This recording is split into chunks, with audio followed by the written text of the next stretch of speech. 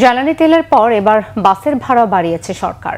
সড়ক পরিবহন ও সেতুমন্ত্রী শেখ রবিউল আলম জানিয়েছেন, মহানগর, আন্তজেলা ও দূরপাল্লার সকল গণপরিবহনে প্রতি কিলোমিটারে ভাড়া 11 পয়সা বাড়ানো হয়েছে। আজ থেকেই কার্যকর হয়েছে বলে জানান তিনি। সচিবালয়ে মালিক ও শ্রমিকদের সঙ্গে বৈঠক শেষে ভাড়া বাড়ানোর ঘোষণা দেন মন্ত্রী। সড়ক পরিবহন মন্ত্রী জানান, সরকার 1.5 মাস চেষ্টা করেও তেলের দাম বাড়ায়নি। জ্বালানি তেলের দাম বৃদ্ধির ফলে ঢাকা ও চট্টগ্রামে প্রতি কিলোমিটারে 11 পয়সা বাড়ছে। আন্তজেলায় 52 সিটের গাড়ির ভাড়া প্রতি কিলোমিটারে 11 পয়সা সমন্বয় করা হয়েছে। এই সিদ্ধান্তের বাইরে গেলে মালিকদের বিরুদ্ধে ব্যবস্থা নেওয়া হবে।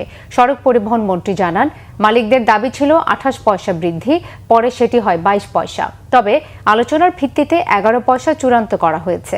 বিআরটিএ ফর্মুলা অনুযায়ী সব ঠিক করে গেজেট দেবে। মহানগরে 11 পয়সা বাড়বে। আন্তজেলা যেখানে 52 সিটের গাড়ি আছে সেখানেও পার কিলোমিটার 11 পয়সা বাড়বে। আর ডিটিসি একটা এরিয়া আছে আপনারা জানেন, এবং মিনি বাস, সেখানেও পার কিলোমিটার 11 পয়সা বাড়ানোর একটা সমন্বয় করার একটা সিদ্ধান্ত আমরা নিয়েছি। এটা সমন্বয় করতে চাই, কারণ আমাদের আগেই একটা ফর্মুলা আছে যে তেলের দাম বাড়ার সাথে সাথে কতটুকু সমন্বয় হবে ভাড়া, তার একটা ফরম্যাট আছে।